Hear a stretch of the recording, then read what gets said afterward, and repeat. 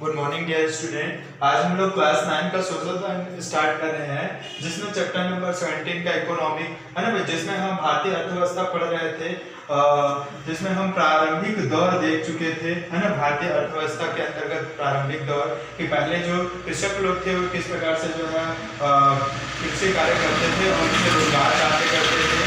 कल हमने देखा कि सुधारों का दौर, कहने का मतलब है कि कृषि और जो है रोजगार को सुधारने के लिए कृषि संबंधित या फिर उद्योग संबंधित रोजगारों में वृद्धि करने के लिए सरकार ने किस तरीका से जो है तरीका अपनाया, ये भी कल अध्ययन कर चुके हैं। अगला आया हम लोगों का उद्योग में रोजगार। तो उद्योग में रोजगार कहने का मतलब है कि हमने शुरू में यह देखा कि जैसे ही उद्योग का विकास हुआ जो है रोजगार उसके साथ जो है क्या हुआ भाई, बढ़ा। लेकिन धीरे धीरे जो है मशीनीकरण के चलते रोजगार में क्या होता गया भाई, कमी होता गया और लोगों को कार्य करने के लिए रोजगार प्राप्त नहीं हुआ, है ना भाई। तो इस प्रकार जो है रोजगार में जो है उद्योग में रोजगार देके यदि हम जो है जनगणना 2091 के अनुसार यदि देखते हैं, 2091 के अनुसार देखें और 2005 के अनुसार, तब हमें रोजगार में और उत्पादकता में जो है अंतर दिखाई देगा, है ना भाई। कहने का मतलब यह है कि रोजगार में जो उद्योगीकरण तथा कृषि में सुधार के कारण तो उत्पादकता में वृद्धि तो हुआ, लेकिन उत्पादकता में जितना वृद्धि हुआ उसके हिसाब से उनमें जो है लोगों को रोजगार प्राप्त नहीं हुआ।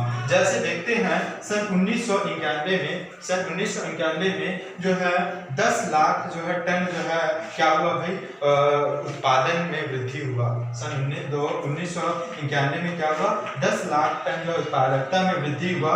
उस समय जो है कार्य करने वाले कर्मचारी की संख्या कितना था भाई, तो 85,000 जो है लोग जो है कार्य कर रहे थे, है ना भाई। उसके पश्चात जब 2002 में जनगणना हुआ, तो 50 लाख टन जो है क्या हुआ भाई, उत्पादकता में वृद्धि हुआ। 50 लाख टन जो उत्पादकता में वृद्धि हुआ, लेकिन जो कर्मचारी की जो संख्या वो कितना हो गया, तो कर्मचारी की संख्या जो है 44,000 हो गया, है ना भाई। इस प्रकार हम देखें उद्योग में रोजगार। अब अगला हम लोगों का टॉपिक आया और उद्योग के उपक्षेत्र।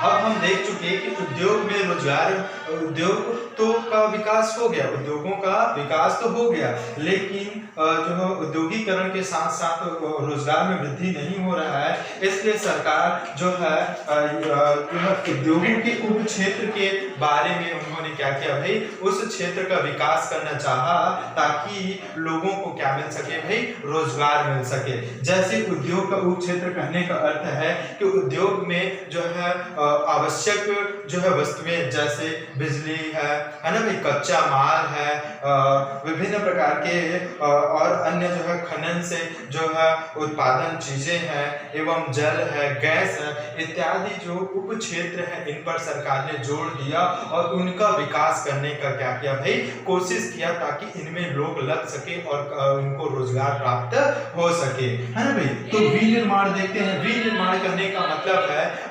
विनिर्माण वह प्रक्रिया होता है, विनिर्माण वह प्रक्रिया होते हैं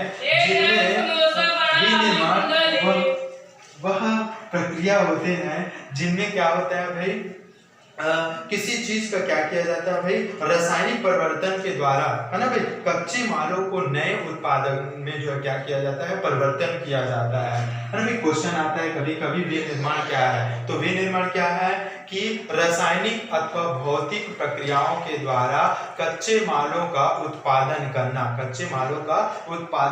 क्या कहलाता है भाई, विनिर्माण कहलाता है। यदि हम लोहे देखते हैं, लोहे जो है ना भाई, लोहा है, लोहा एक कच्चा माल है समझो, है ना भाई। तो लोहे को उनके द्वारा ठीक है, तो क्या बोल रहा था, जो कच्चे माल है, कच्चे माल के रूप में हम प्रयोग करते हैं लोहे को, है ना भाई, विभिन्न रूपों में ढालकर विभिन्न चीजों का निर्माण करके क्या करते हैं भाई, उनका हम निर्माण करते हैं। ये प्रक्रिया क्या कहलाता है, विनिर्माण कहलाता है ना भाई। तो इस ओर जो है उन्होंने क्या दिया भाई, जो है जो उप क्षेत्र की ओर, अर्थात बिजली है, कच्चा माल है ना भाई, जैसे गैस है, जल है इत्यादि को उन्होंने आकर्षण दिया। और इस जो उद्योगों के उप क्षेत्र की ओर जो है क्या किया भाई, सरकार कार्य करने लगे, जिससे जो है रोजगार में क्या होने लगा भाई, वृद्धि होने लगा। और जैसे उप क्षेत्र का विकास हुआ उसके पश्चात हम देखे यदि जनगणना के अनुसार तो जो रोजगार में क्या होने लगा, वृद्धि लगातार होने लगा। इसको हम सारणी 2 के माध्यम से समझ सकते हैं, है ना भाई। जैसे इनका विकास हुआ तो 2007 से 2008 में जो इस उप क्षेत्र में लगी लोगों की जो संख्या था, उनको रोजगार प्राप्त हुआ था, वह कितना था भाई, 15 लाख था। कितना था, 15 लाख था।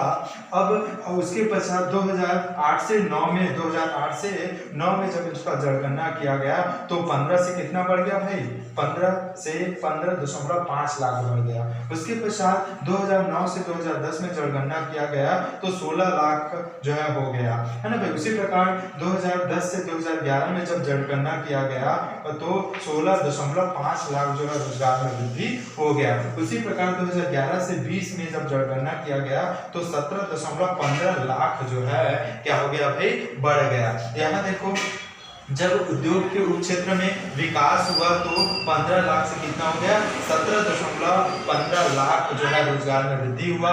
क्योंकि यहाँ उद्योग का बस विकास किया था तो रोजगार की जो संख्या वो क्या हो गया था भाई, कम हो गया था। ठीक है, यहाँ तक आया समझ में। अगला टॉपिक है हम लोगों का औद्योगिक परिदृश्य व चुनौतियां। यौगिक परिदृश्य एवं चुनौतियां, इसको समझिए। औद्योगिक परिदृश्य कहने का मतलब है कि इनमें हमें पता है कि जब उद्योग का स्थापना होता है तो उनमें विभिन्न चीज़ों की आवश्यकता होती है, जैसे जल की, गैस की और कच्चे माल की, और विभिन्न प्रकार की मशीनों का प्रयोग किया जाता है। और इन मशीनों में क्या होता है, इन मशीनों के द्वारा जो है विभिन्न प्रकार के जो है अपशिष्ट पदार्थ का क्या किया जाता है भाई, निर्माण किया जाता है। तथा वहाँ आसपास के क्षेत्र में वायु प्रदूषण होता है तथा मृदा प्रदूषण होता है। ऐसे बहुत सारे जो है चुनौतियों का सामना करना पड़ता है। इसके कारण हमें जो है हमारे जीवन में जो है बहुत सारे समस्याओं का सामना करना पड़ता है। तथा मानवों में विभिन्न प्रकार की जो है विभिन्न प्रकार की चुनौतियां आती है, जैसे उनके शरीर में, ठीक, तो बहुत सारे इस प्रकार से समस्या का सामना करना पड़ता है ना भाई। तो हम देखते हैं कि जैसे जो कारखाना का स्थापना होता है ना भाई, कारखानों का जो स्थापना होता है तो वह क्या होता है, एक बहुत बड़ी जो है भूमि की आवश्यकता पड़ती है। उस भूमि या तो कृषि क्षेत्र हो सकता है या जंगल हो सकता है। तो हम क्या करते हैं, जंगलों को काटकर या कृषि क्षेत्र को वहां से हटाकर उसमें क्या करना पड़ता है भाई, हमें जो है उद्योग का स्थापना करना पड़ता है, जो कि हमारे लिए जो है सही नहीं है ना भाई। इससे हमारे जीवन में क्या करता है, हमारे जीवन में जो है बहुत ही जो है एक बुरा असर पड़ता है ना भाई। क्योंकि यहाँ का जो क्षेत्र है ना भाई, वहाँ का जो क्षेत्र, आसपास का क्षेत्र है, वह क्या हो जाता है, प्रदूषित हो जाता है। तो इस प्रकार से हम देखिए जो है औद्योगिक परिदृश्य व चुनौतियां। अगला है सेवा क्षेत्र। अगला टॉपिक हम लोगों का है सेवा क्षेत्र। अगला टॉपिक है भाई सेवा क्षेत्र, है ना।